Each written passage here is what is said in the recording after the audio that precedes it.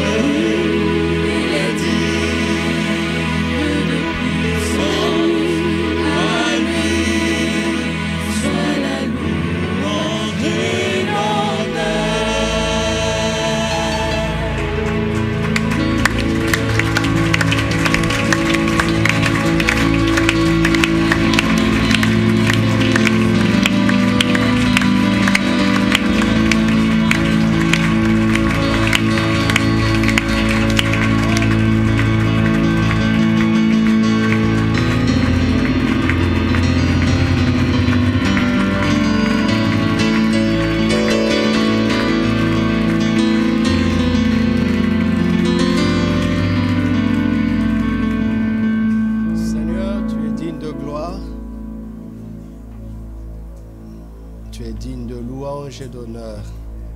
Sois glorifié comme tu le mérites dans nos cœurs, en ce lieu et pendant ce temps. Au nom de Jésus, Amen. Bienvenue, bienvenue. Bienvenue dans la présence de Christ notre Roi. Alléluia. Les forces de la foi. Nous allons poursuivre et terminer le sujet concernant la force de la vision. Alléluia. Genèse chapitre 13. Nous allons nous établir dans les réalités spirituelles et la vie de l'esprit par les Écritures. Amen. Genèse 13, verset 14.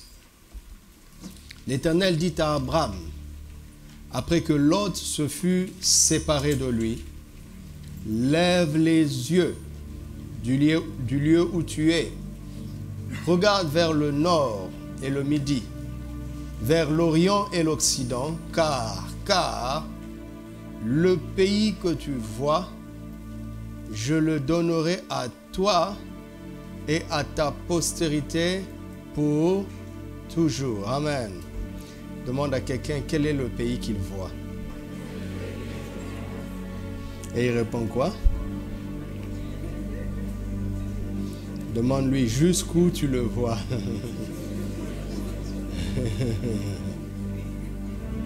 Jusqu'où? Quel est le pays que tu vois? Et jusqu'où tu le vois? Est-ce que c'est important? Est-ce qu'on le prend au sérieux?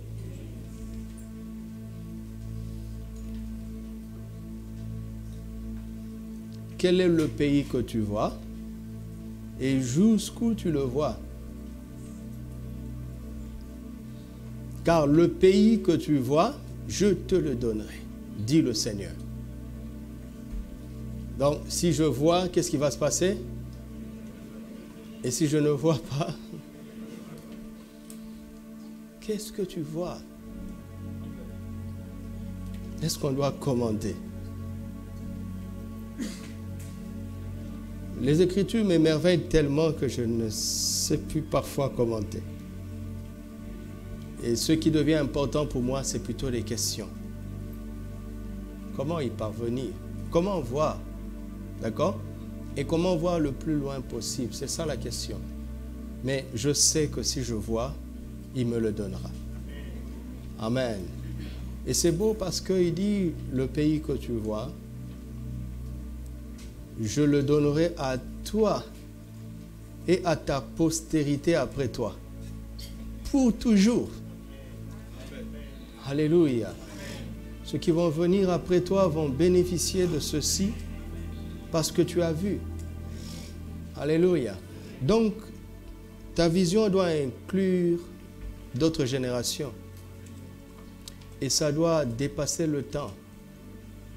Elle doit être presque éternelle, cette vision. Parce qu'il dit pour toujours. Donc, il ne s'agit pas seulement de voir loin dans l'espace, mais il faut aussi voir loin dans le temps. Alléluia. Par exemple, si une église ou même une entreprise a une vision d'expansion, une entreprise, je préfère rester dans le cadre de l'entreprise, une entreprise peut choisir de n'envahir que le marché africain. OK? Donc, si cette entreprise commence au Maroc, que quelqu'un reçoit ça, Amen. Sa vision du Nord va être limitée parce qu'il est déjà à la frontière. Il regardera plus au Sud. OK? Mais arriver à s'étendre de manière extraordinaire, c'est magnifique. Encore faut-il durer dans le temps. N'est-ce pas? Si par exemple, étant au Maroc, tu vises l'Afrique du Sud et que tu arrives à l'atteindre, tant mieux. Mais 50 ans plus tard, si l'enlèvement n'a pas lieu, seras-tu toujours opérationnel sur le marché?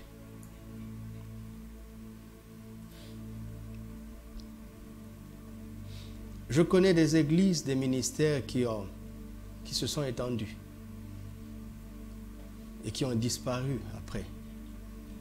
Quand Dieu a rappelé le ministère, ce mouvement est devenu un mouvement normal. Ils ont implanté des églises partout, mais il n'y a plus d'impact. Et quand ça se passe comme ça, qu'est-ce qui se passe? On s'accroche à l'histoire. Donc on devient des traditionnels. Durer dans le temps implique de combattre les traditions. Il faut conjuguer Yahvé. Il s'appelle « Je suis ». Il faut pouvoir le vivre chaque jour au présent. Alléluia. Le pays que tu vois. Lève les yeux vers le nord, vers le sud, vers l'est, vers l'ouest. Le plus loin possible, car le pays que tu vois, je te le donnerai à toi et à ta postérité après toi.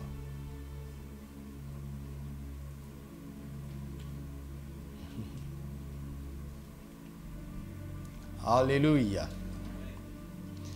Alors, nous savons que Dieu est dans l'esprit, n'est-ce pas?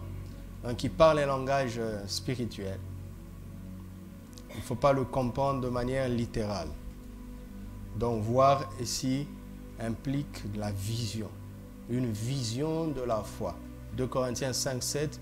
Car nous ne marchons pas par la vue, mais par la foi. Donc, chaque enfant de Dieu doit développer cette capacité de voir. Avec tes deux yeux, on ne peut pas te dire de voir au-delà de certains mètres. N'est-ce pas? Dieu ne parle pas de ça à Abraham. Vous vous en souvenez, église du deuxième culte? Hein? Parce que dans TPV Kazan, on a deux assemblées. Il y a l'assemblée du premier culte et l'assemblée du deuxième culte. Reste fidèle au culte auquel tu assistes. D'accord? Si tu assistes au deuxième culte, reste fidèle au deuxième culte parce que je ferai de suite selon l'église locale à laquelle tu appartiens. Ok? On a deux églises en une. Alléluia.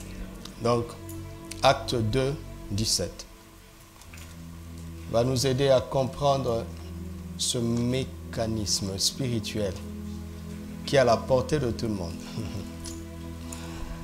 Dans les derniers jours, dit Dieu, je répandrai de mon esprit sur toute chair, vos filles et vos filles, vos fils et vos filles prophétiseront, vos jeunes gens auront des visions et vos vieillards auront des songes. Oui, sur mes serviteurs et sur mes servantes, dans ces jours-là, je répandrai de mon esprit et qu'en est-il des visions et des songes? Au verset 17, il a parlé de prophétie, vision et songe, n'est-ce pas? Et au verset par l'esprit, d'accord? Prophétie, vision et songe par l'esprit. Et au verset 18, il parle toujours par l'esprit, mais il se limite à la prophétie. Pourquoi? Parce que la prophétie provoque les visions et les songes. On va rendre ça simple, afin que plus personne ne t'impressionne. Prophétiser abondamment donne accès aux visions divines. Alléluia. Par le Saint-Esprit, par le Saint-Esprit. 2 Corinthiens chapitre 4. 2 Corinthiens 4, 4 nous donne une idée des visions divines. 3 et 4. 2 Corinthiens 4, 3 et 4. Si notre évangile est encore voilé, il est voilé pour ceux qui périssent, pour les incrédules dont le Dieu de ce siècle a aveuglé quoi? A aveuglé les yeux? Non, a aveuglé l'intelligence afin qu'ils ne visent pas ou qu'ils ne voient pas briller la splendeur de l'évangile, de la gloire de Christ, qui est l'image de Dieu, sachant que Dieu est invisible. Christ rend le Dieu invisible visible. Comment il le rend visible? Par son évangile. Lequel? Un évangile glorieux et qui brille avec splendeur. Donc, notre connaissance de Dieu, notre vision de Dieu, qu'on ne peut voir, hello, dépend de la vision de Christ qu'on peut voir. Comment ça on peut voir Christ? Oui, on peut voir Christ dans son évangile. Ok, donc dans l'évangile je peux voir Christ? Oui. Maintenant, ta vision de Christ dépend de l'ampleur de ta vision de l'évangile. Tu dois d'abord savoir que c'est un évangile glorieux. Ce n'est pas un évangile terne. Alléluia. Non, c'est un évangile extraordinaire. L'évangile est extraordinaire. Dites avec moi, l'évangile est extraordinaire. L'évangile est vraiment, vraiment, vraiment extraordinaire. Si l'évangile est encore pour toi un message banal, tu es loin de Christ. Et donc loin de Dieu. Tant que l'évangile ne t'émerveille pas, tu es très loin. Nous devons arriver à un point où l'évangile nous émerveille. À des lumières de plus en plus fortes, dont l'intensité va toujours grandissant. Alléluia. La splendeur, c'est un évangile glorieux dont la splendeur est extraordinaire. Et le Saint-Esprit veut que nous voyions l'évangile dans sa gloire avec une lumière de plus en plus rayonnante. Ok? Mais comment je puis faire ça? Il dit, tu ne peux pas faire ça avec les yeux de la tête. Mais tu peux le faire avec les yeux de l'intelligence. Vous entendez ça? Est-ce que vous entendez ça? C'est les yeux de l'intelligence. Autrement dit, les yeux de la compréhension. Méditer les Écritures jusqu'à accéder à une compréhension qui produit en toi des images, une vision extraordinaire. Savez-vous que l'intelligence est une vision? Si tu regardes quelque chose avec les yeux, tu vas discerner sa forme et ses contours. D'accord? Si tu regardes la même chose avec l'intelligence, tu vas discerner son pouvoir, sa valeur. Allô? Vous êtes là? Par exemple, si je prends un comprimé, un médicament, que Dieu nous délivre des médicaments. Si tu regardes ce comprimé avec les yeux, tu discernes sa forme et tu peux décrire la forme. Ok? Mais si tu le regardes avec intelligence, tu discernes son pouvoir de guérison. Donc, l'intelligence de Dieu nous est transmise par l'Évangile. Et quand on le comprend, l'Évangile nous donne l'intelligence de Dieu et cette intelligence de Dieu nous donne la vision de Dieu de la situation.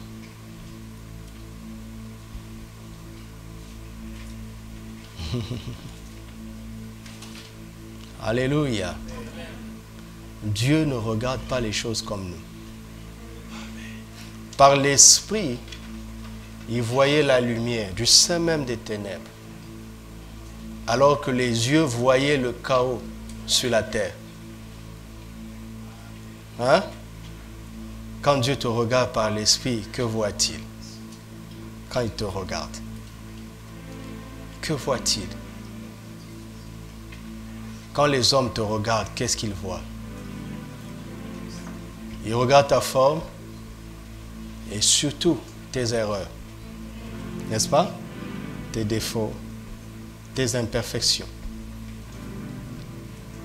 Mais quand Dieu te regarde par l'Esprit, il voit beaucoup plus que ça. Quand on regardait Saul de Tarse, on voyait un criminel.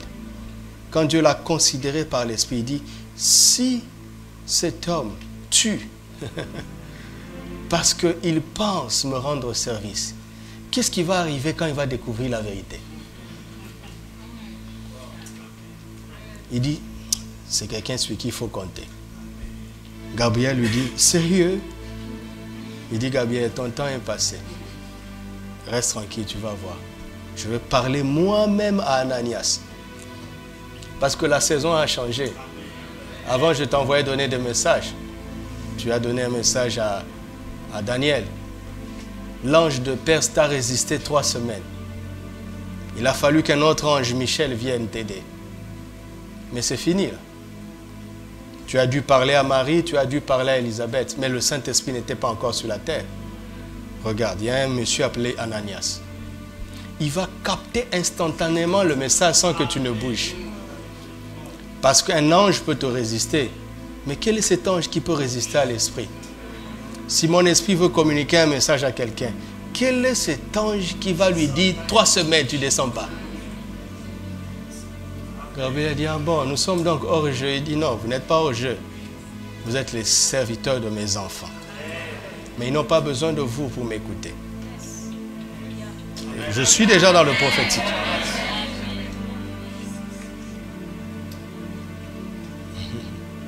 Ananias a capté. Il a vu le Seigneur.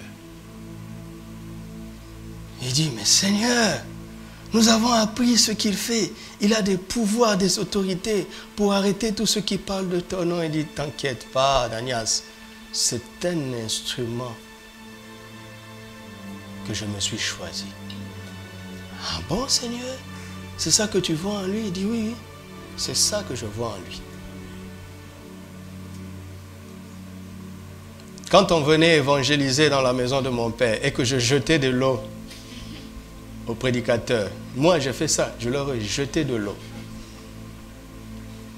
Dieu voyait le prochain prédicateur à qui on ne jetterait peut-être pas de l'eau. Dieu voyait ça.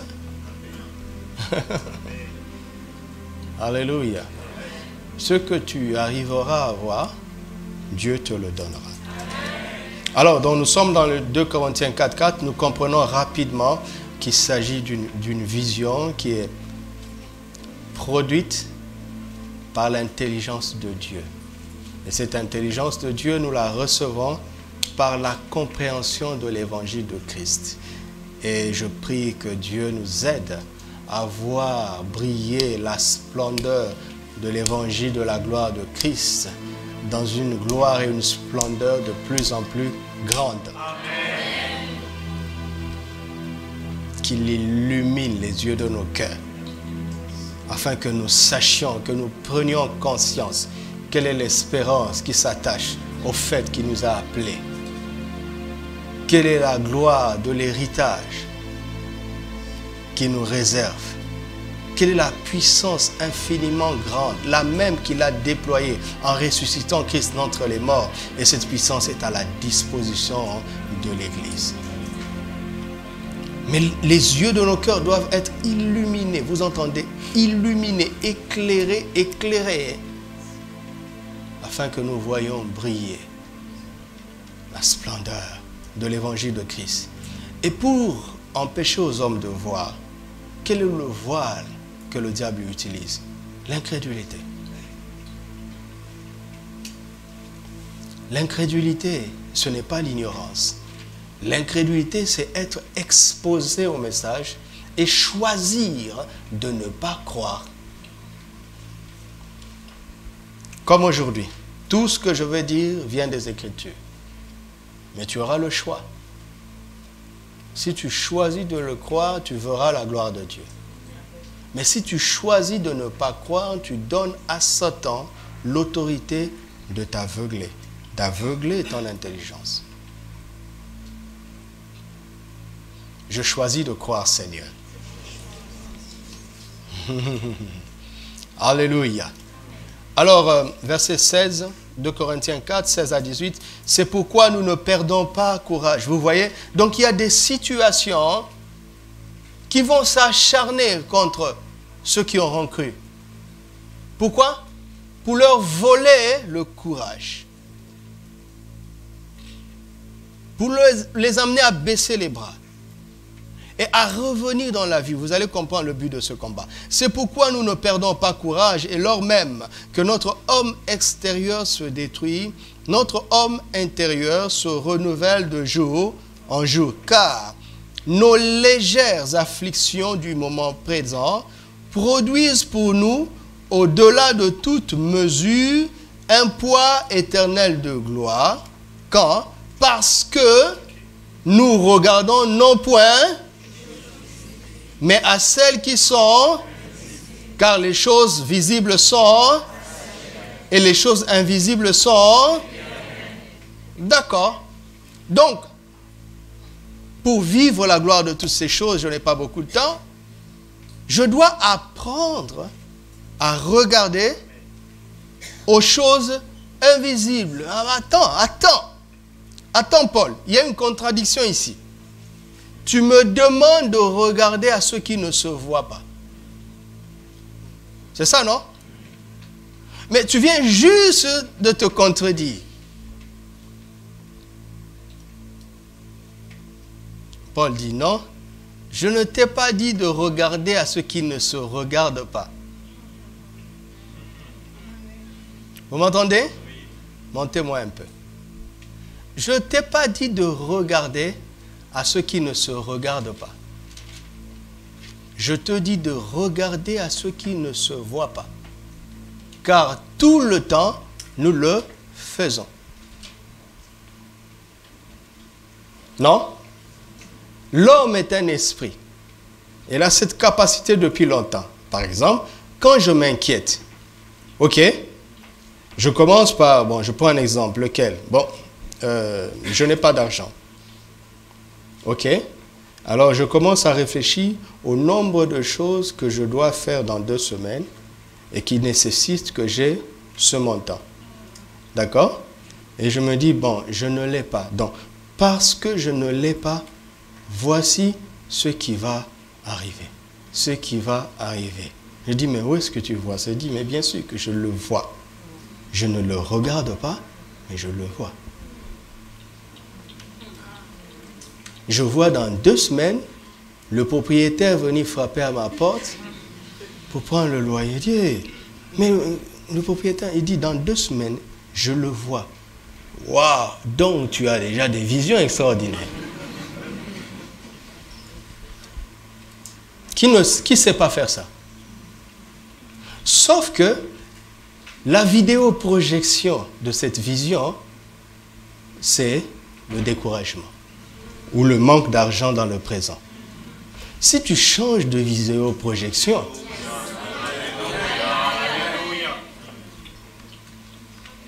je vous dis, mon travail, c'est de rendre ça simple. C'est ça mon travail. C'est pour ça qu'il nous a mis à part. Il dit, ne travaillez pas, raisonnez 24 heures sur 24 sur ces choses. Il suffit juste de changer la source de ta vision. C'est tout. Parce que voir à l'invisible, tu sais le faire depuis longtemps. On s'est compris? C'est tout. Alléluia. C'est tout. Alors, allons-y. Hébreux 11. Hébreux 11, 24.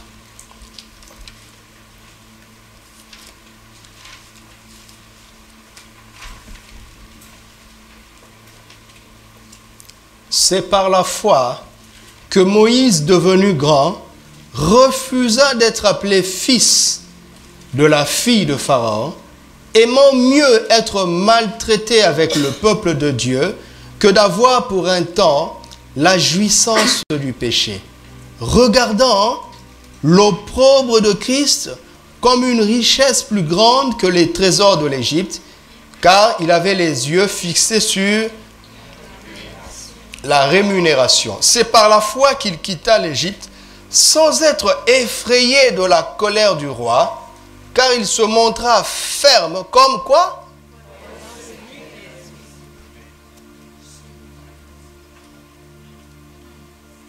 Il se montrant ferme pour ça.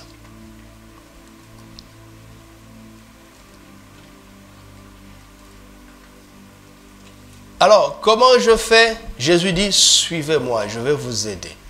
Ok? Parce que la force de l'expérience de Moïse, c'est qu'il a pris conscience de la croix, mais il a dépassé ça. Il a pris conscience du sujet même de la croix, Christ lui-même. Et tant qu'il avait les yeux sur Christ, ok, sa foi était ferme. Tant que tu auras les yeux sur Christ, ta foi sera ferme.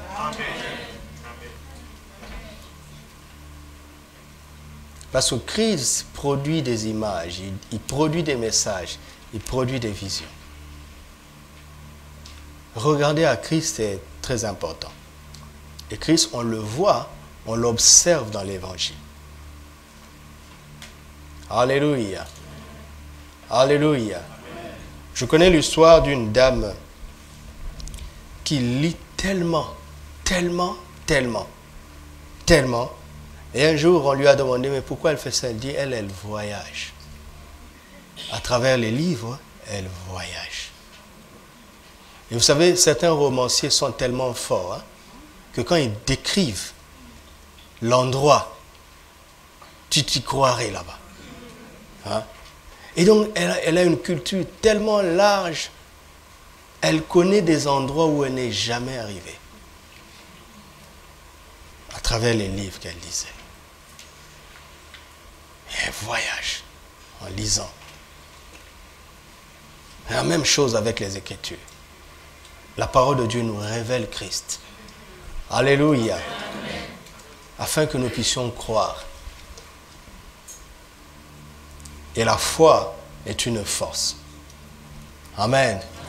Et la foi produit des visions.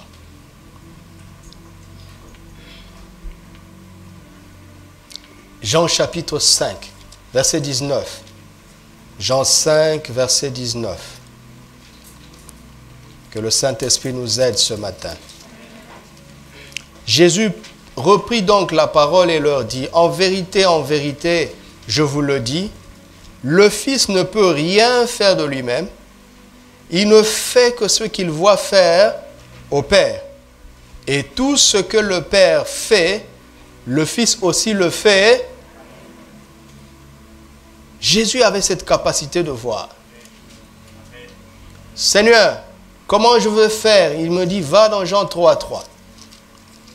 Jean 3:3, Jésus lui répondit, en vérité, je te le dis, si un homme ne naît de nouveau, il ne peut voir le royaume de Dieu. Tu es né de nouveau?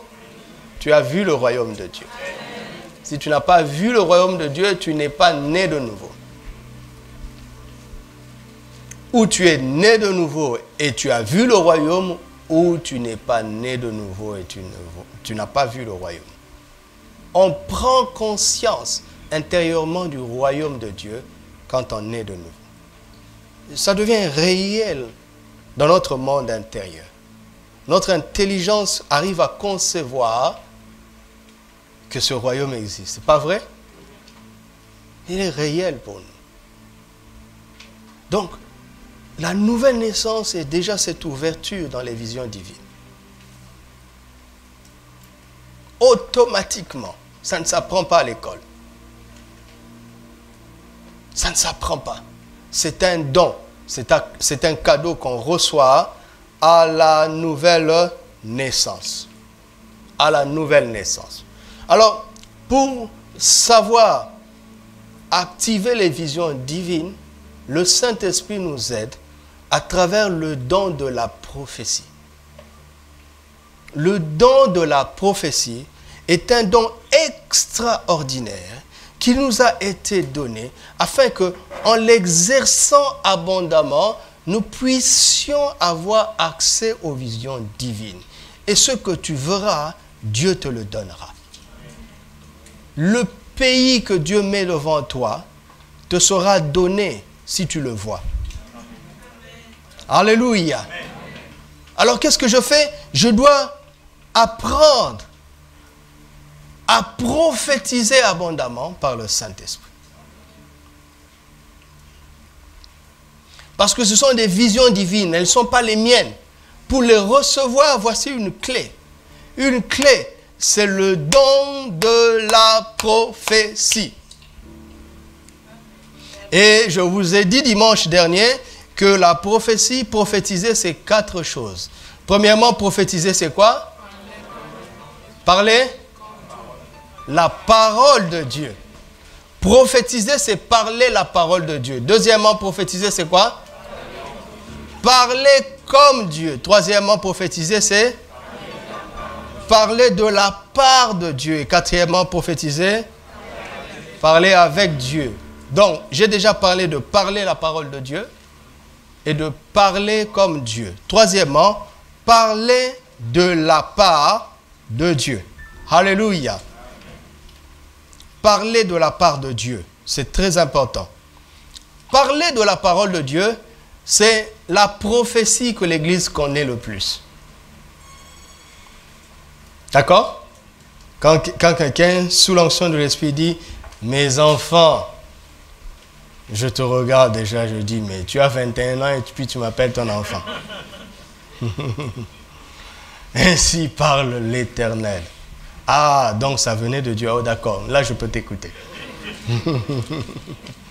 Il prophétise. Malheureusement, c'est la prophétie est réduite à ça. Je vous ai déjà parlé de 2 autres aspects. Parler la parole de Dieu par la foi, c'est prophétiser. Parler les Écritures par la foi, c'est prophétiser. Et adopter le langage de Dieu par la foi, c'est prophétiser. Par exemple, si une situation difficile arrive, tu dis, je suis foutu, Dieu ne parle pas comme ça. Je me sens vraiment en danger à l'étroit, sauf que je choisis de parler comme Dieu. J'ai prophétisé. J'ai prophétisé. Parlez les Écritures, mes amis. Changez son vocabulaire, mes amis. Ce n'est pas anodin, c'est très important. Nous ne devons pas parler comme le monde. D'accord? Nous sommes nés dans le royaume, donc nous devons adopter le langage de notre royaume, le langage de notre roi, le langage de notre Dieu et Père. Donc ça, c'est un don de prophétie dont les flots peuvent couler à n'importe quel moment. Comme le parler en langue, je peux commencer à parler en langue maintenant. Donc, à n'importe quel moment, je peux prendre une écriture et la parler avec foi. Je suis en train de prophétiser. Dans mon vécu de tous les jours, à chaque instant, je peux choisir de parler comme Dieu parlerait dans ma situation. Je prophétise. Ok? Donc revenez sur ça, réécoutez ça, c'est très important. Maintenant, nous allons parler de la prophétie que vous aimez. Le don de prophétie. Alléluia. Et c'est très important. Vous savez, quand je vous parle de ce genre de choses, je ne suis pas en train d'esquiver ces choses aussi. Mais nous parlons de tout. Amen. Alléluia. Alors, parler de la part de Dieu. Commençons par 1 Thessaloniciens 5. Parler de la part de Dieu. Verset 19.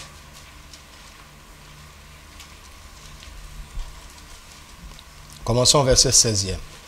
Soyez de temps en temps joyeux. Soyez la plupart du temps joyeux. Quand c'est possible, soyez joyeux. C'est ça? Soyez joyeux les jours impairs. Comme il y a des gens qui disent, il s'est levé du mauvais pied. Moi, je veux te faire asseoir, d'accord? Tu t'es levé du mauvais pied, ok. Réfléchis. Quel était le pied que tu avais posé le premier ce jour-là? Tu dis, ah, c'est mon pied gauche. Je dis alors, ne pose plus jamais le pied gauche en premier. Comme ça, tu te lèveras toujours du bon pied. C'est quoi cette affaire? Je me suis levé du mauvais pied. Vous voyez, quelqu'un, il s'est réveillé, il est de mauvaise humeur. Comme ça. Je suis fâché. Pourquoi? Je ne sais pas, mais je suis seulement fâché. Tu as un problème? Surtout quand vous allez vous marier, c'est ça. Soyez toujours joyeux. Je dis, Paul, tu es dans quel monde là? Et nous sommes sur terre. Paul dit, quand je l'ai écrit, j'étais sur terre. Dans les conditions pires que la tienne, les tiennes. Donc on peut être toujours joyeux? Oui. Alléluia. Comment? Ce n'est pas mon sujet. Crois seulement. Tu crois? Et il continue de dire, rendez grâce quand tout va bien. C'est ça? Rendez grâce quand Dieu a fait des miracles. Hein? Rendez grâce en quoi? En toutes choses. Ça veut dire dans les choses qui nous plaisent et dans les choses qui ne nous... Car c'est à votre égard la volonté de Dieu en Jésus. Ce n'est pas la volonté de Dieu que tu le boudes. Vous m'entendez? Dieu n'aime pas ça. Il n'aime pas les enfants qui le boudent. Comme quelqu'un disait, Dieu, tu vas m'entendre aujourd'hui. Dieu va te dire, ok, quand tu auras fini, toi aussi tu vas m'entendre. Si tu ne veux pas m'entendre, moi aussi je ne veux pas t'entendre. Demandez à Job, allez lire à partir du verset 39. Dieu dit, tu as trop parlé, assis-toi maintenant, tu vas m'instruire. Comme tu sembles tout savoir, tu étais où quand j'ai fait ça? Tu étais où? Vas-y, explique-moi. Quand il a fini avec Job, il a ramassé aussi les trois là. Il dit, vous aussi, vous m'avez honni. Quelle image vous donnez de moi à votre ami qui souffre? Et Job dit, je me répands avec la cendre, car j'avais parlé des choses qui me dépassent. Mes oreilles avaient entendu parler de toi, mais aujourd'hui, mes yeux t'ont vu.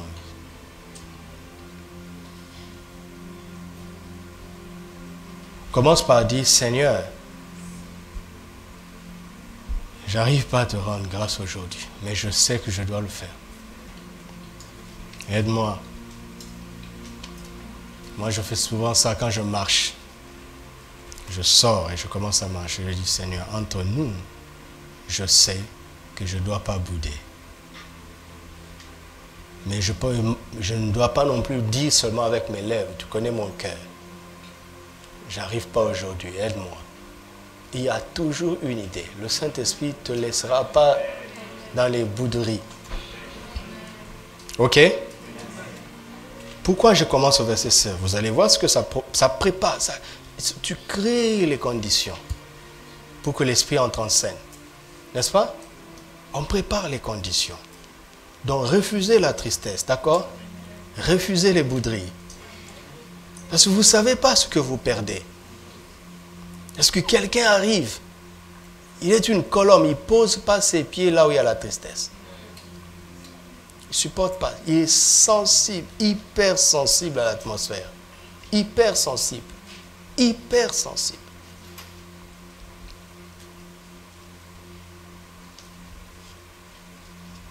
J'avais un malaise toute cette semaine parce que j'ai inhalé des choses qui m'ont rendu un peu malade.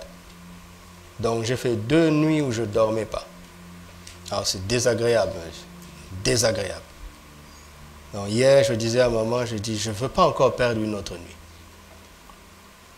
Elle a prié pour moi. J'ai essayé de dormir, le malaise continue. Donc je suis allé au salon au milieu de la nuit. J'ai dit à Dieu, Seigneur, le culte est déjà prêt, d'accord? Ton serviteur veut se reposer. Je ne veux pas une 3e nuit d'affilée. Alors j'ai commencé à prier en langue. À prier en langue. J'ai éternué toutes les 2 minutes. Et je me suis rendu compte que je n'éternuais plus. Je continue. J'ai prié en langue pendant 1 heure. Je me suis senti fatigué. Et enfin, j'ai pu dormir. Parce que l'Esprit est venu pour me donner du repos. Alléluia. Alors, verset 19, n'éteignez pas l'Esprit. cela veut dire qu'on peut l'éteindre. Ok? Les tristesses peuvent éteindre l'esprit. Les tristesses entretenues. D'accord? Le manque de reconnaissance. Une atmosphère où on néglige l'action de grâce peut éteindre l'esprit. Alléluia. Regardez le verset 20 maintenant. N'éteignez pas l'esprit. Après, ne méprisez pas les prophéties. Parce que si l'esprit n'est pas éteint, alors il va parler. Ok? Mais voyez, le combat continue. Vous voyez quelqu'un, comme je le vois beaucoup, des frères qui ont vraiment confiance en Dieu, des frères et des sœurs, qui tiennent bon dans des temps difficiles et donc qui n'éteignent pas l'esprit. Mais quand la prophétie vient, ils passent à côté. Que celui qui croit être debout prenne garde de tomber.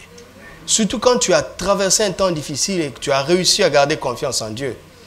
Ne crie pas victoire déjà. L'esprit est là pourquoi? Quel est son rôle? Il n'est pas en tourisme. Il a des choses à te dire. Mais quand il va te parler, quelle sera ton attitude?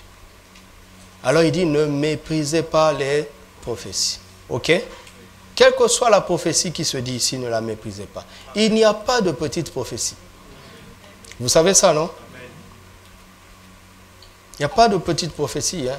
Mes enfants, je suis au milieu de vous. C'est important à entendre. Ne méprise rien quand l'Esprit parle. Ne méprisez pas les prophéties. Ok? Mais examinez toutes choses. Retenez ce qui est bon. Ça veut dire quoi? Qu'il est possible qu'il y ait des choses qui ne soient pas bonnes dans la prophétie. Vous dites, mais c'est le Saint-Esprit qui a parlé. Oui, le Saint-Esprit a parlé à travers un instrument humain. L'instrument est faible. Donc, quand tu prophétises, accepte qu'on examine. Ok?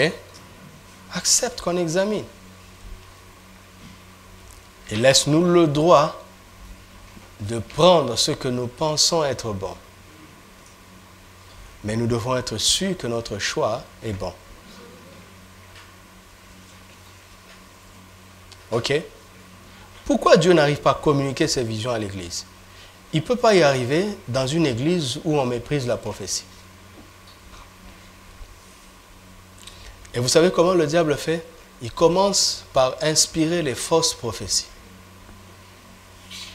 Les prophéties selon la chair. Afin que le peuple devienne allergique à la prophétie. Et le peuple ne se rend pas compte de ce qu'il perd. Vous savez, il y a des églises qui sont tellement propres. Vous savez, quand vous aseptisez l'église de telle sorte qu'il n'y ait plus de manifestation de l'esprit, vous pouvez contrôler les choses et ça peut sembler ordonné. Mais l'ordre, soi-disant que vous gagnez, n'est pas comparable aux choses que vous perdez. Parce que vous étouffez l'esprit. La peur dans l'église, à cause des erreurs. La peur que cela ne soit pas ici au nom de Jésus. Parce que c'est dans cette atmosphère où l'Esprit parle que chacun va être éclairé et voir ce que Dieu lui donne et voir jusqu'où Dieu veut qu'il le possède. C'est très important. Donc, nous ne méprisons pas les prophéties, n'est-ce pas? Nous honorons le Saint-Esprit, nous ne méprisons pas les prophéties, mais nous examinons toutes choses et nous retenons ce qui est bon. On examine avec les Écritures. D'accord? Il dit, abstenez-vous de toute espèce de mal. Le Saint-Esprit ne peut pas parler et te pousser à faire du mal. Tu dois t'en abstenir. Le Saint-Esprit ne peut pas faire ça. Alléluia. Écoutez-moi, l'Esprit de Jésus aujourd'hui ne peut pas te dire de maudire quelqu'un. L'Esprit de Jésus. Pourquoi? Parce que ce n'est pas cohérent avec ce que Jésus a dit. Bénissez ceux qui vous maudissent. Aimez vos ennemis. Priez pour ceux qui vous persécutent. Donc, il n'y a pas une seule prophétie aujourd'hui que l'Esprit de Jésus puisse inspirer et qui te pousse à maudire quelqu'un. C'est mal. Donc, nous devons nous en abstenir. Abstenez-vous de toute espèce de mal. Ok? Ok.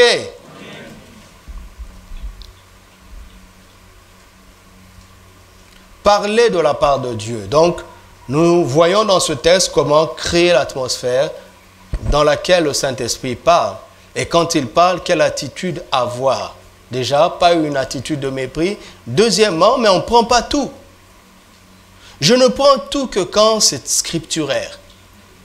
D'accord? Quand tu viens me parler par un don spirituel, je dis, j'ai entendu, laisse-moi examiner. Je ne bois pas tout, moi. D'accord?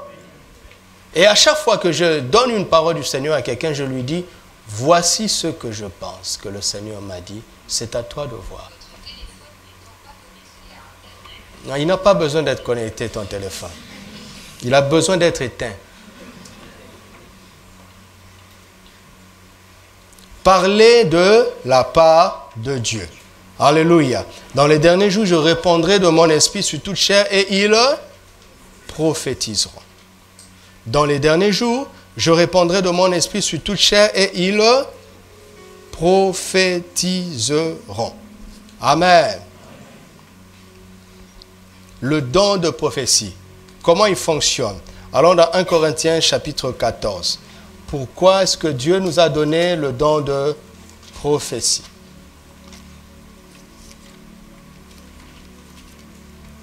Vous comprenez ce que je fais, n'est-ce pas? Je parle du don de prophétie afin que tu rentres à la maison et que tu pratiques abondamment le don de prophétie. Dieu va te donner les visions dont tu as besoin. Ne compte pas sur moi pour te dire, voici ce que je vois. Et quand je le vois, je ne dis pas. D'accord? Vous avez refusé de dire d'accord? Et ça va changer quoi?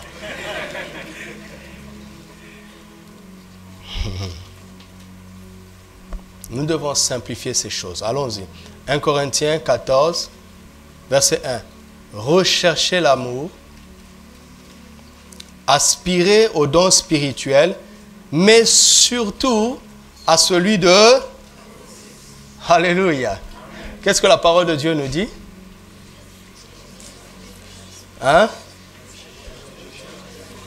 Oui.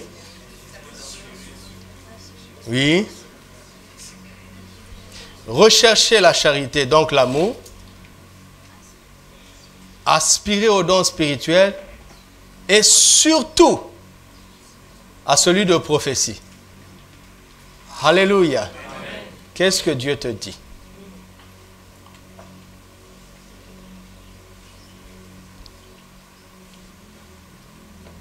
Qu'est-ce que Dieu te dit?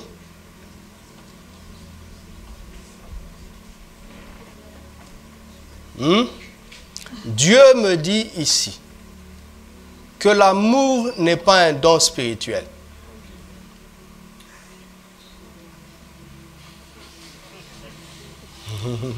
Allô?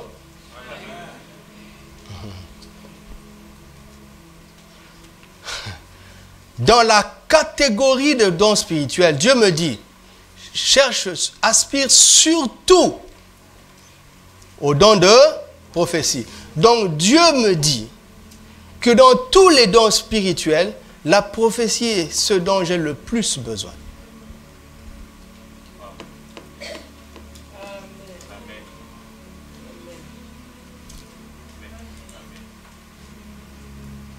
Qui croit ça? Quelqu'un dit, mais pourquoi? Dieu sait pourquoi. Oh, mais le don d'opération des miracles. Le don de guérison, oh! Dieu dit oui, c'est bien, parce que c'est moi qui le donne. Mais je te dis, aspire à ça. Hein? Mais aspire à la prophétie au-dessus de tout ça. Et Dieu me dit, l'amour n'est pas un don spirituel. Parce que si tu lis 1 Corinthiens 13, tu vas voir que tous les dons spirituels cités dans 1 Corinthiens 12 sont là. Mais il dit, tu peux les exercer sans amour. Est-ce qu'il est possible de ressusciter un mort sans amour? Oui, par le don d'opération des miracles. Alors, si tu ne le fais pas par amour, question, pour quel but tu l'as fait? Deuxième question, pourquoi Dieu t'a laissé faire? Pour que tu fasses du bien et être tenu en jugement après. Tu auras des comptes à rendre alors que la famille est faite.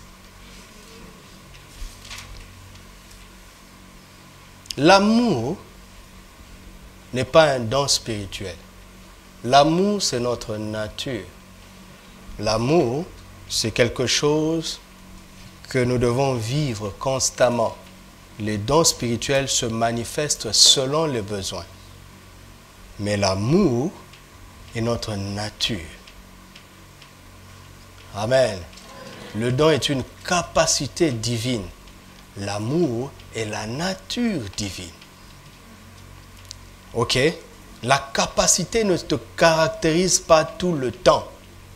Mais l'amour, si. Toutes les choses dont tu es capable ne se manifestent que quand tu es en situation où on a besoin de ce don. N'est-ce pas? Mais ta nature, elle est là, même quand on a besoin ou pas. Ta nature, elle est là. Ta nature, c'est toi. Ton don, c'est ce que tu as. Mais ta nature, c'est ce que tu es.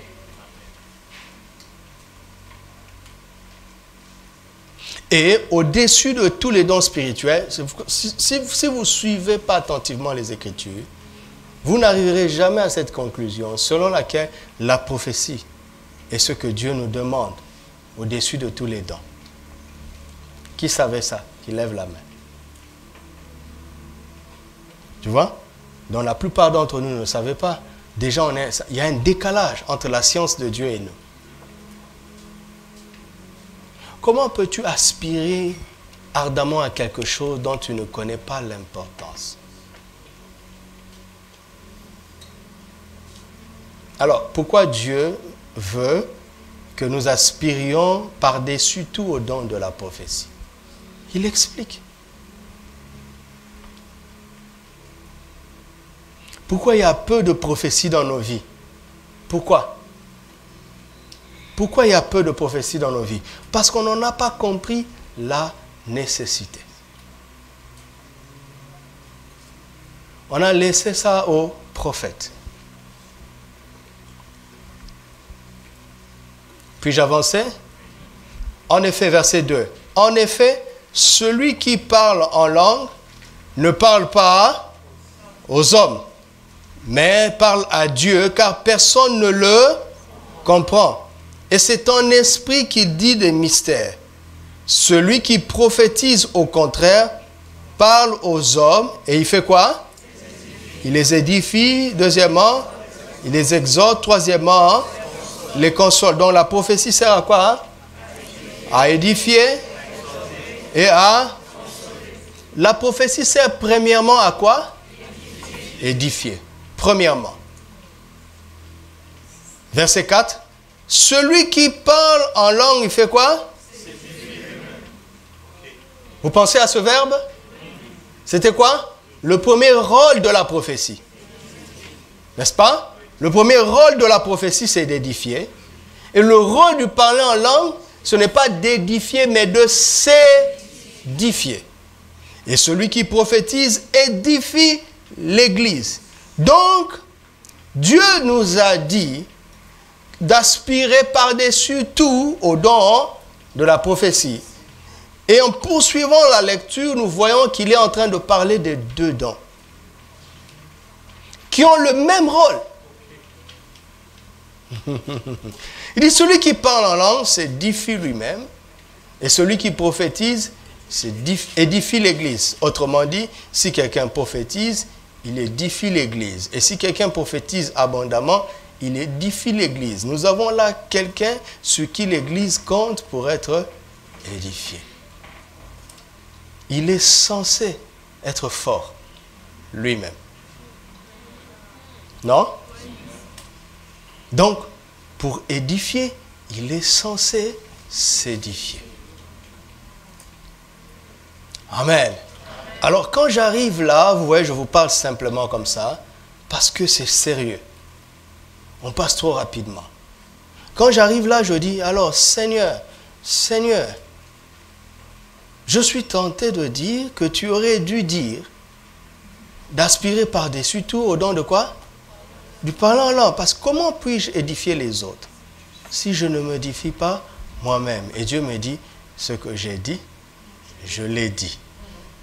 Je dis, Seigneur, alors pourquoi tu le dis? Il dit, parce que je ne conçois pas quelqu'un qui soit édifié sans qu'il soit capable d'édifier les autres. Et si quelqu'un aime édifier les autres, cela le poussera à être fort. Quelqu'un d'honnête, ok? Je parle de quelqu'un d'honnête. Quelqu'un d'honnête qui veut donner des leçons aux gens. S'il est honnête, il se sentira obligé d'appliquer ces leçons lui-même. S'il est honnête.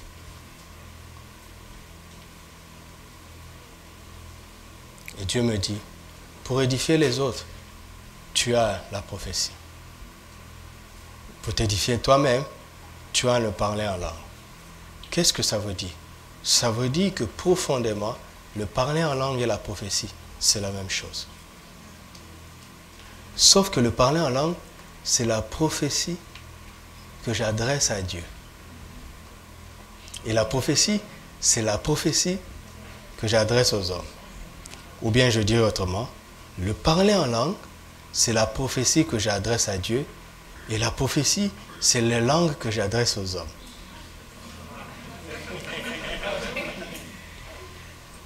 Je ne peux pas prophétiser ici en lingala. Peu comprendront.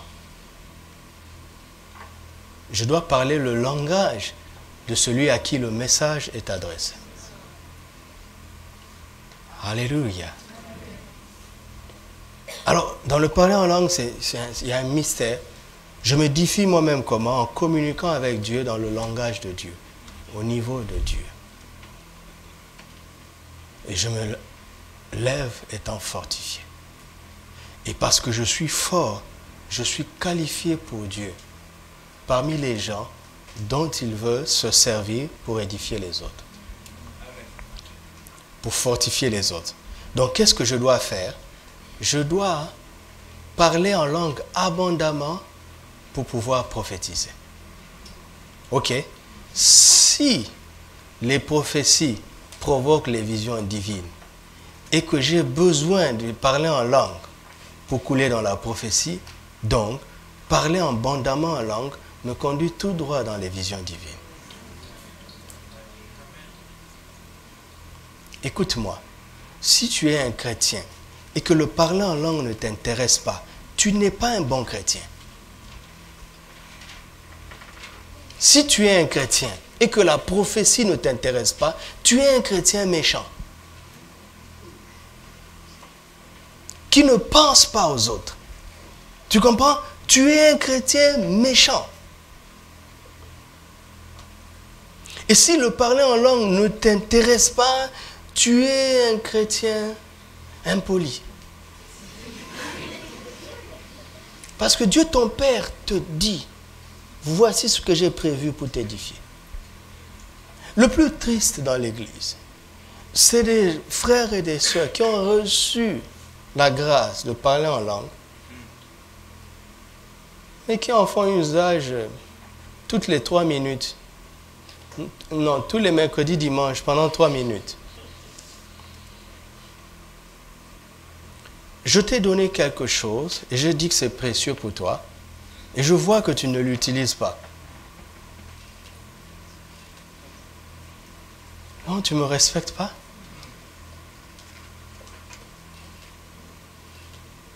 Et il y a un autre mal dans l'église, c'est que dans l'église d'où je viens, on avait laissé ça à la jeunesse. Et tu vois hein, nos vieux pères là à l'église. Et quand les jeunes aussi prient en langue, ça chauffe, ça chauffe. Tu sais, pardon, vous savez, moi quand j'ai été baptisé dans l'esprit, je ne savais pas que je pouvais parler en langue calmement. Parler en langue de communion. Non, pour nous, il fallait toujours.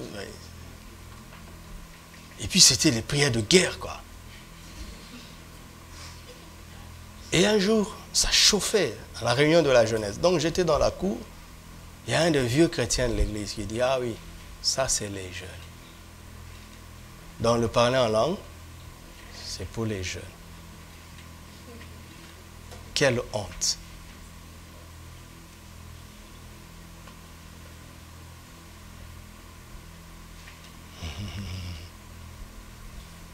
Il y a des chrétiens même qui ne s'y intéressent pas. C'est trop bizarre. Tu ne sais pas ce que tu rates.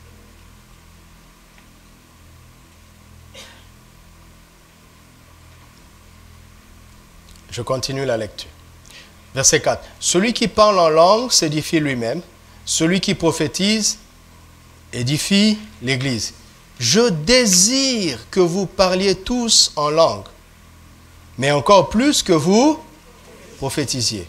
Celui qui prophétise est plus grand que celui qui parle en langue, à moins que ce dernier n'interprète pour que l'Église en reçoive instruction.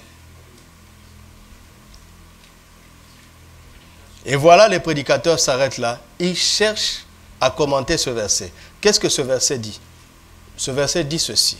Vous avez deux personnes. L'un a parlé en langue, l'autre a prophétisé. Celui qui a prophétisé est plus grand. Qu'est-ce que ce verset dit? Hey. Vous êtes toujours là? Qu'est-ce que ce verset dit? Celui qui prophétise est plus grand.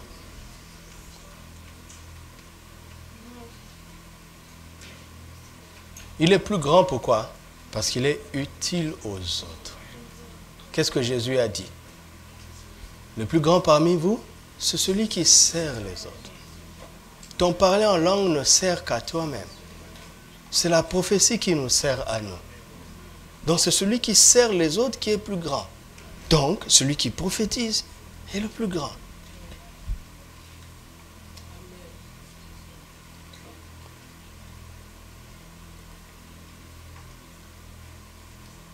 Mais il sait qu'il a besoin de s'édifier pour édifier les autres. La prière en langue, c'est pour lui et elle est importante. Et la prophétie, c'est pour les autres à travers lui. Combien de choses je n'ai pas vues en ayant prié abondamment en langue? Combien de choses?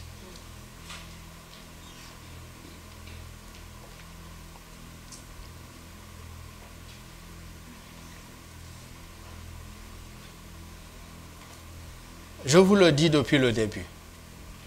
C'est parce qu'on ne comprend pas Dieu et qu'on chante, on va prendre possession de notre héritage, Je l'ai dit au premier culte, l'héritage est la décision souveraine du Père. Vous entendez? C'est une décision souveraine. C'est papa qui choisit de donner quoi à tel enfant.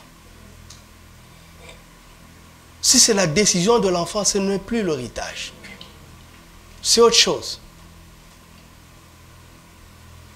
Donc, en matière d'héritage, nous devons être sensibles, attentifs à la volonté de Dieu.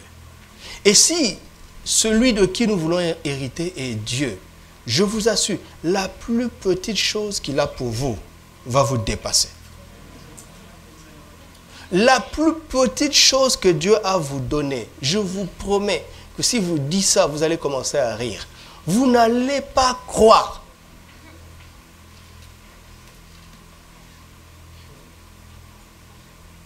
Mais il faut pouvoir voir au niveau de Dieu pour que ça devienne accessible. Alors Dieu nous entraîne d'abord dans son langage. Tu sais, quand tu parles le langage de Dieu, ton échelle de valeur augmente. Il y a des choses que tu acceptes plus facilement. Pourquoi? Parce que tu as grandi dedans, tu es habitué à ce langage. Ok? Tu es habitué à un niveau de chiffres. Quand vous parlez en termes de millions, si on te promet 1 milliard, ce n'est pas très grave. C'est juste 1000 parts de millions. Mais quand tu es habitué, d'accord, au chiffre de 10, si on vous promet 1 milliard, tu n'arrives pas à te le représenter. Dieu dit, parle mon langage, prends ma parole, crois-la, mets-la dans ta bouche, parle. Maintenant, laisse-toi remplir de l'esprit, laisse l'esprit t'emmener à un autre niveau de langage, parce que si je veux que tu dises ces mêmes choses en français, tu vas être bloqué. Tu ne vas pas prier pour ça avec assurance. Parce que tu dis, moi, Seigneur, avec mes origines, avec ce que Dieu dit, je m'en fous de ça. J'ai prévu de pouvoir à tes besoins selon ma richesse, selon ma richesse. Donc il y a des choses qui ne te permettront pas d'exprimer en français. Parce que ton cerveau va bloquer. Ton cerveau va dire, stop! Stop sans effet! Attention! Le cerveau va dire stop. Alors, quand tu commences à parler la parole de Dieu, et que l'Esprit voit que ta foi est édifiée, à un moment, il te prend, t'emmène à un autre niveau de langage. Tu commences à parler un autre niveau de langage que ton cerveau ne peut pas bloquer. Et là, tu es en train de d'édifier l'homme spirituel, de telle sorte que le jour où Dieu te dira ça en français, tu dis Amen, Père, je prends. On y va. Je prends. Regardez Dieu en matière de prophétie. Il prend le prophète Ézéchiel. Ce n'est pas n'importe qui. Hein. Il a déjà 36 chapitres d'expérience prophétique.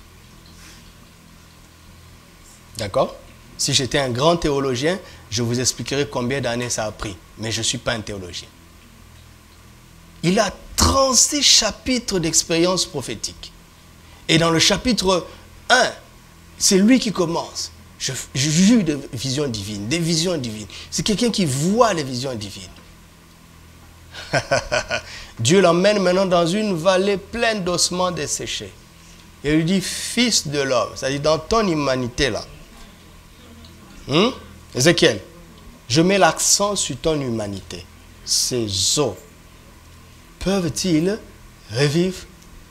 Vous savez la manière polie de dire non? La manière polie de dire non, c'est quoi? Éternel, tu le sais. Ça veut dire non. Pourquoi? Parce que ce n'est pas un squelette qui était là en entier. Les os s'étaient dispersés. C'est une manière de dire, Seigneur, même, comment ils vont revivre même? Déjà, il faut que chaque os trouve son conjoint. Alors il dit, parle à l'esprit. Tu comprends? Ne parle pas aux hommes. Parle à qui? Celui qui parle en langue, il parle quoi? Il ne parle pas aux hommes. Il parle à Dieu.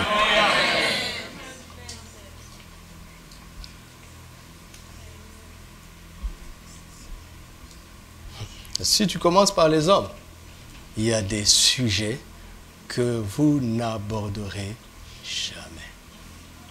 Dès que tu commences à dire ça, dis attention, prétentieux, orgueilleux. On parle à Dieu. Alléluia. J'ai commis beaucoup d'erreurs dans ma vie. Entre autres, je me confiais aux gens qui me donnaient l'impression qu'ils m'aimaient. Et j'ouvrais mon cœur parce que je ne me méfie de personne. Après, il retournait mes confidences. Il s'en servait contre moi. Il s'est répété plusieurs fois.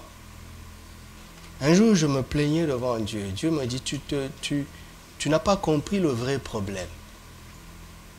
Je lui dis, oh Seigneur, tu veux dire que ce frère a bien fait? Ce n'est pas bien d'abuser de la confidence d'un frère. Dieu me dit, non, je n'ai pas dit ça.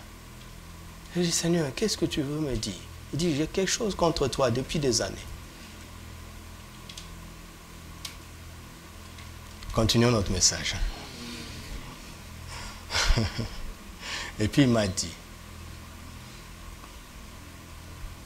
j'oublierai jamais cette phrase. Il a dit, moins tu parleras à Dieu, plus tu auras besoin de parler aux hommes.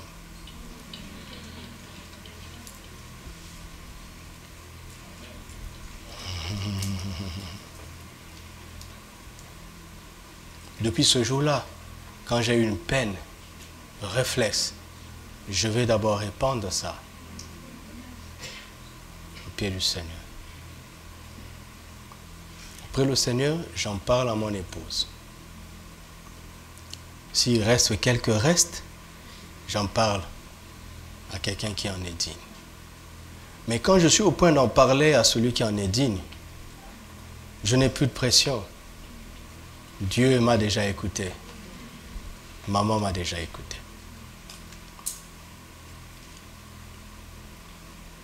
Parlez à Dieu. Celui qui parle bien à Dieu trouvera les mots pour parler aux hommes. Vous m'entendez?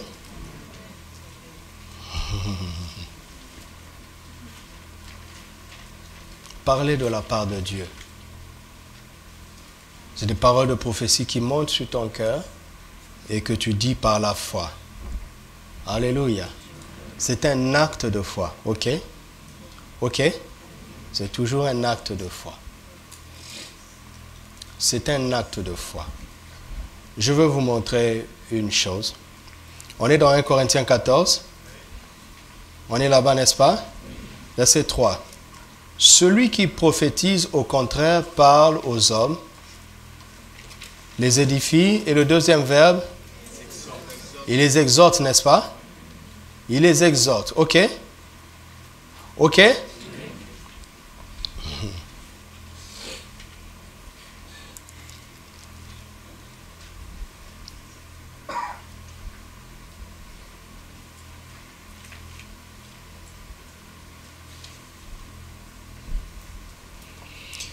Alléluia.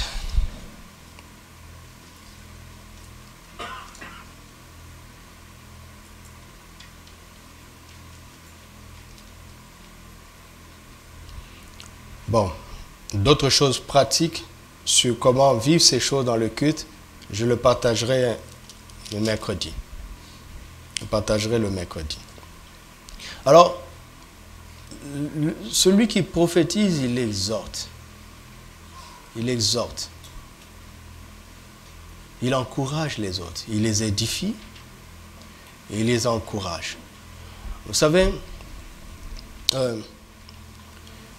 ces trois verbes sont très importants et je vais m'arrêter là. Je veux m'arrêter sur ces trois verbes pour que vous puissiez comprendre comment votre intelligence peut être renouvelée dans n'importe quelle situation de la vie et changer votre manière de voir la situation.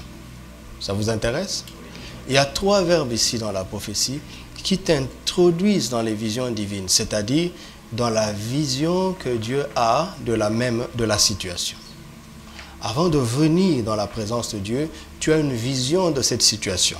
Ok? Et tu parles abondamment en langue et tu les interprètes sous forme de paroles prophétiques. Et en prophétisant, ta vision de la situation change. Tu commences à regarder la situation comme Dieu. Ok? Pourquoi? Parce que le don de prophétie a exercé trois ministères puissants. Le ministère de l'édification, le ministère de l'exhortation et le ministère de la consolation. Le plus évident, enfin, ce que nous pensions souvent avoir besoin, c'est la consolation. La consolation, c'est quoi? Quand quelqu'un est dans la peine, on dit qu'il est consolé quand vous l'avez tiré de la peine à la paix ou à la joie. N'est-ce pas? La consolation, c'est l'aspect extérieur de la prophétie. Ok? L'édification ne veut pas dire que la peine est partie. Amen. Regardez les gens de ce monde. Ils vont construire des bâtiments dans la mer. S'ils attendaient que la mer sèche, ils ne poseraient pas ces bétons profonds, n'est-ce pas? D'accord? Donc la puissance de l'édification, c'est qu'elle se moque de la situation. Elle a une force qui résiste à la tempête. L'édification commence sans que la situation n'ait changé. Vous m'entendez? Elle commence là-bas. Donc ce sont des paroles que Dieu te donne, qui commencent à te montrer que tu es au-dessus de ça. Tu ne mourras pas, mais tu vivras et tu raconteras les merveilles du Seigneur. C'est comme ces piliers qu'on met dans des fonds marins, qui se moquent de tempêtes, sont solidement ancrés dans le sol. Ils ont la puissance de résister à ces pressions. L'édification. Alléluia. L'édification. La situation n'a pas encore changé. Ça commence toujours par l'édification. Amen. L'édification. Quand l'édification a fini son travail, vient le travail de l'exhortation. L'exhortation, c'est comme de l'encouragement ou de la motivation. Vous voyez? Quand tu as résisté longtemps, ok, en fait, tu n'as pas perdu la bataille, mais tu as tellement résisté que le diable change de stratégie. Il commence à te dire que ta vie n'est que endurance, et espérance, et persévérance. Jusqu'à quand ça va changer? Ça fait 15 ans. Moi, si je le regarde, je dis oui, ça fait 15 ans que tu n'arrives pas à me mettre par terre. Au début, le diable vient et te dit, je t'ai eu. Et tu es édifié. Je suis solidement ancré sur le roc. Jésus a dit, je bâtirai mon église. Les portes du séjour de mort ne prévaudront point quoi. Je suis ancré en Christ. Alors le diable voit que je suis édifié. Alors il passe à un autre stade. Il dit, oui, votre évangile là, tout le temps espérer, espérer. Persévérer, persévérer. Endurer, endurer. Mais Dieu, il n'est pas que le Dieu de l'espérance. Il fait aussi des choses. Regarde là-bas sur YouTube. Tu as vu ce miracle là? Regarde, regarde. Il dit, pauvre diable, tu es vraiment fou. Tu ne changeras jamais. Est-ce que tu connais l'histoire de ce... Est-ce que tu sais que ce miracle a une histoire? Le frère l'a tenu bon comme moi. C'est pour ça qu'il a son trophée. Il n'y a pas de trophée sans effort, pauvre diable. Il n'y a pas de trophée sans effort. Alors je passe à l'exhortation. Je suis en train de me motiver. Il dit, oui, tu as fait la moitié du chemin. Continue. Ça, c'est l'exhortation. La consolation, c'est là quand Dieu lui-même vient essuyer tes larmes. Écoute, Dieu n'essuie pas les larmes parce que le deuil continue. Hein? Dieu essuie les larmes pourquoi? Parce que le deuil est fini. Ne confondez pas consolation, exhortation et édification. Ok? C'est parce que je n'ai pas le temps. Donc, vous allez voir, allez méditer s'il vous plaît. Allez méditer. Sinon, vous allez m'accuser d'être trop long ici. Allez méditer. Vous allez voir que chaque niveau de la prophétie donne une vision. Quand Dieu est en train de t'édifier, il change ta manière de voir. Il change ça. Il change, il dit, tu es un béton dans la mer. L'ingénieur a déjà fait des calculs. Il sait que tu es armé pour résister à ces pressions. Donc tu commences à la rigueur même à te moquer de la mer, à te moquer de pression. Les pressions qui te faisaient pleurer vont commencer à te faire rire.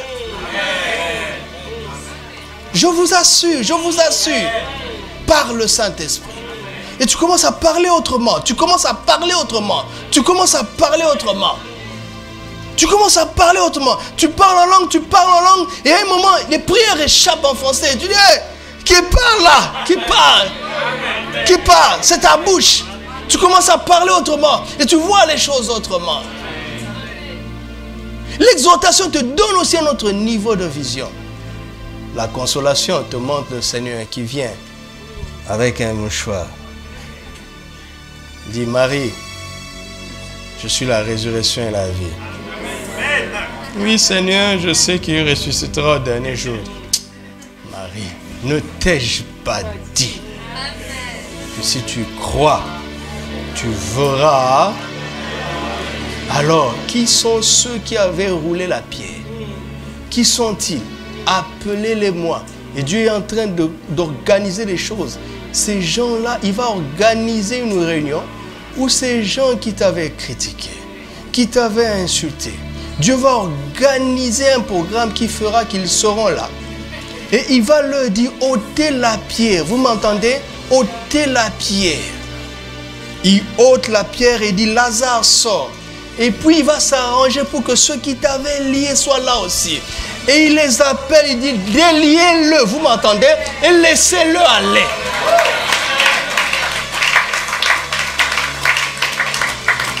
Mais le plus étonnant dans cette histoire, c'est que Lazare est sorti. Comment il a fait? Comment il a fait? C'est pas parce que tu es enroulé jusqu'à la tête que tu es mort. Jésus te regarde autrement. Sa vie est en toi. Alléluia. Alors, lève-toi, tu prophétises. Je ne mourrai pas. Je vivrai. Cette situation ne pourrira pas. Ah non, non. Ah non, c'est à toi de parler comme ça.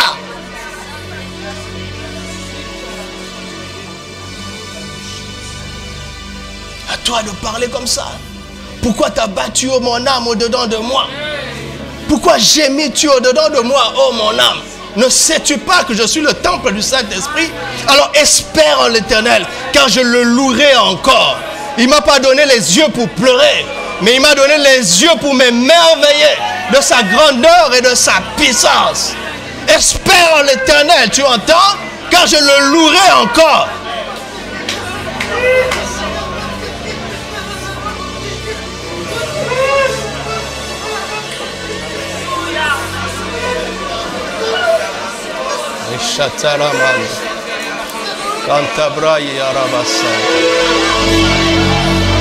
Ouvre nos yeux, Seigneur. Shirabanta koreba santo rabaga. Leyamaya rabaya. Leyama rabaya sarabaya sarabaya. O rabaya santa rabaya. O rabaya baba shakatarama. O rabaya shataranaka. O rabaya sekentereba. O ramamaya sandarababa. O rababaya sandarababa. Que ceux qui sont dans le niveau d'édification parlent le langage de l'édification. Que ceux qui sont au niveau de l'exhortation parlent le langage de l'exhortation. Que ceux qui sont au niveau de la consolation reçoivent leur miracle. Qui reçoivent leur miracle. Qui reçoivent le toucher divin maintenant. Au nom de Jésus. Au nom de Jésus. Randabaya Saragante.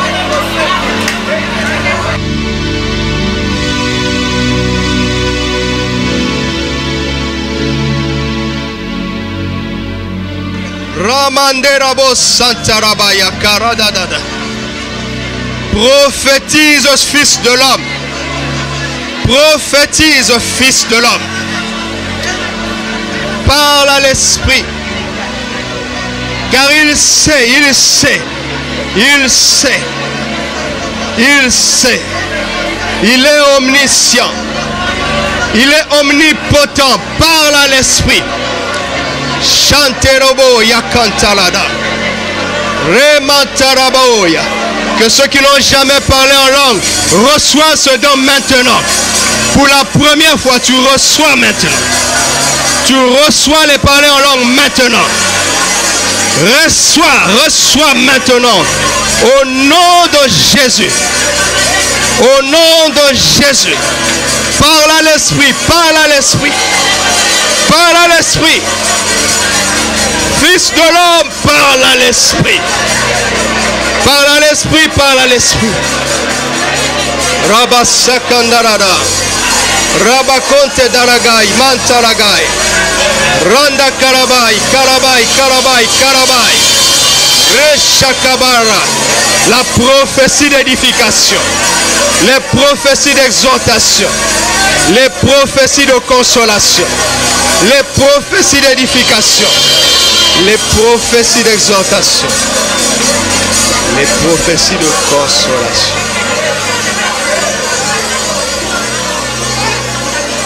Merci Saint-Esprit.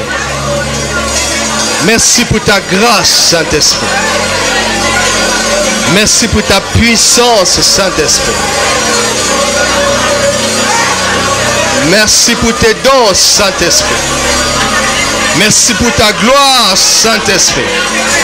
Merci pour ton amour, Saint-Esprit. Merci pour ta présence, Saint-Esprit. Merci pour la réalité de ta présence.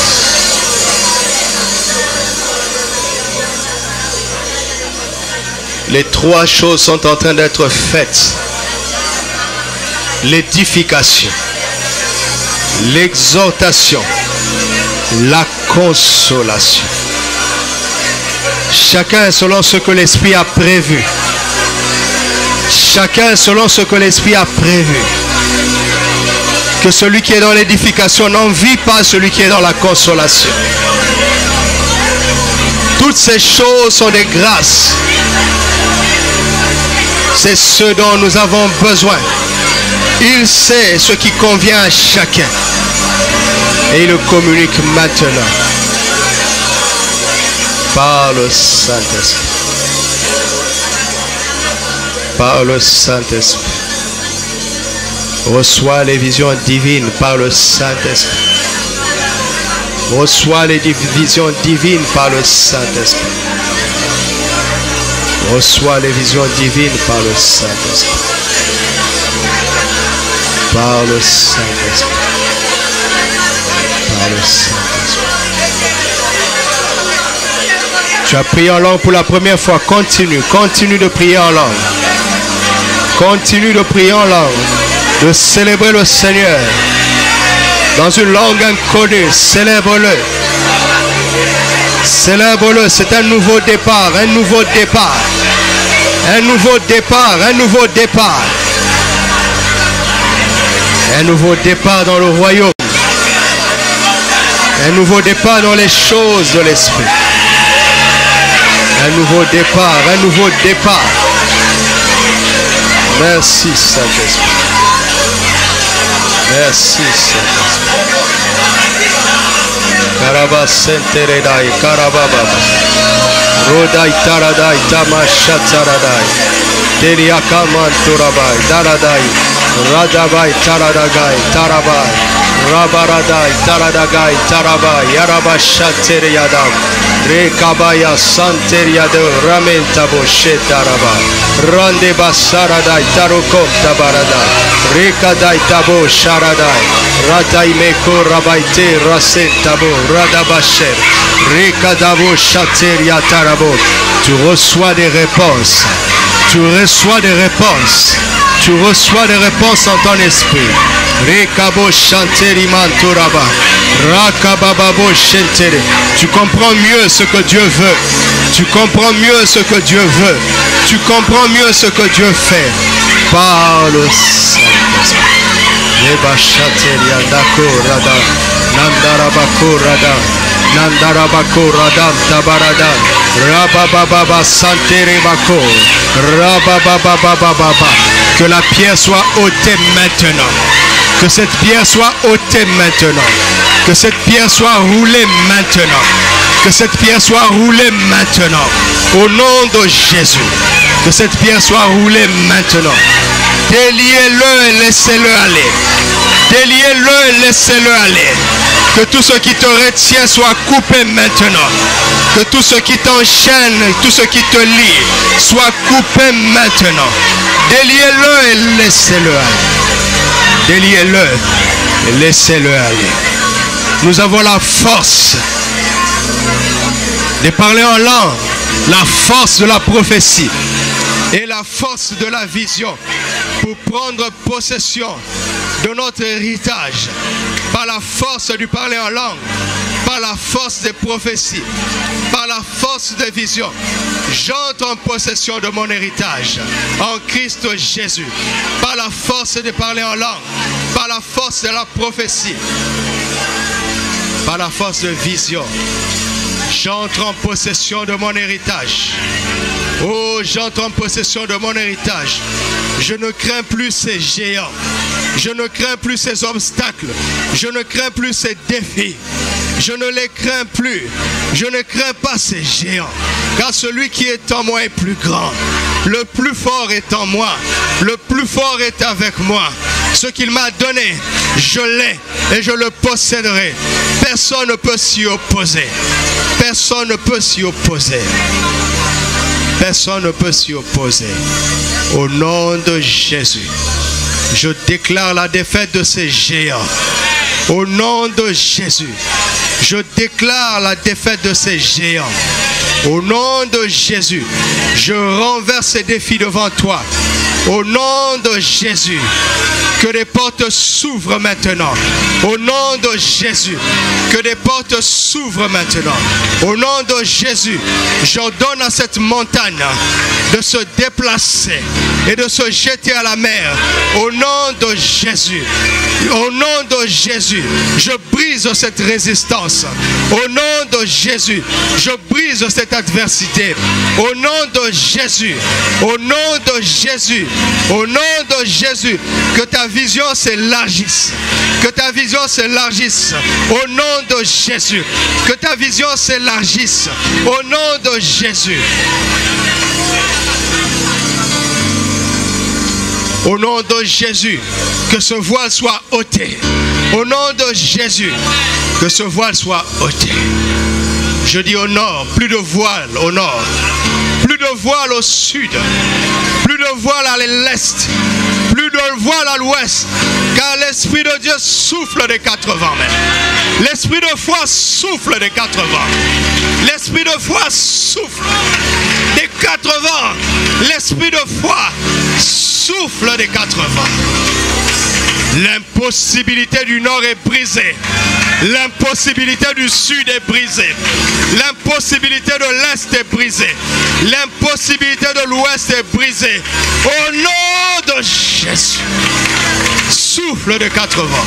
L'esprit de foi souffle des 4 vents. L'esprit de foi souffle. Et souffle des 4 vents.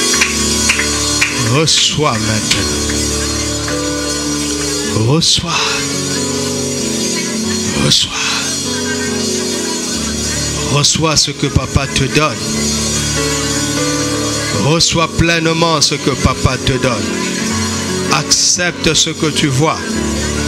Accepte ce que tu vois et reçois ce qu'il te donne. Accepte ce que tu vois et reçois ce qu'il te donne. Accepte ce que tu vois et reçois ce qu'il te donne. Au nom de Jésus. Oh, je reçois Saint-Esprit. Et je te remercie. Je reçois Saint-Esprit. Et je te remercie. Alléluia. Oh, Rakabasando Radaya. Yekraba Sharabaya Taradagaya.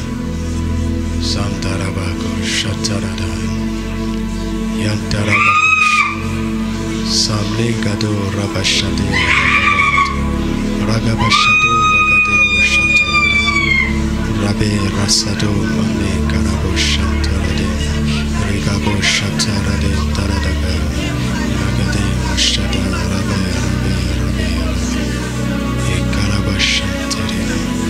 Saint-Esprit, donne-nous des paroles de prophétie. Donne-nous des paroles de prophétie, Saint-Esprit. Donne-nous des paroles de prophétie pour notre édification ce jour.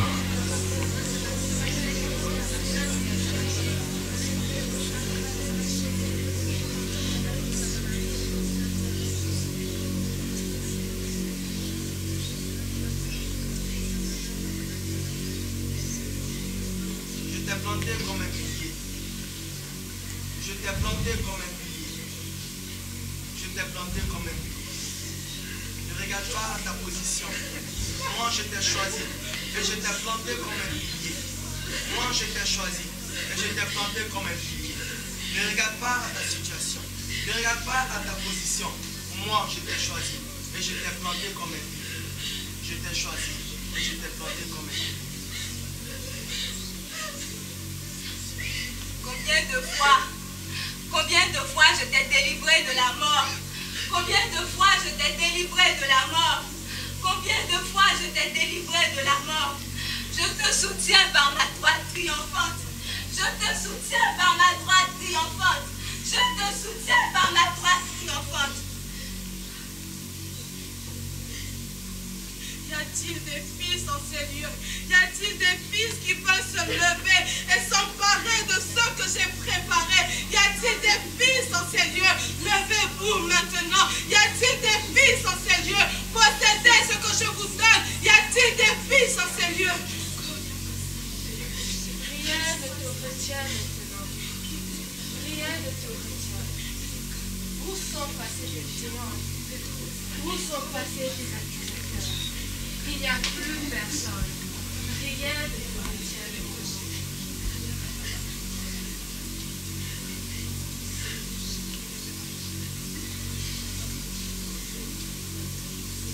Je fortifie les genoux chancelants et j'exerce tes doigts à la bataille.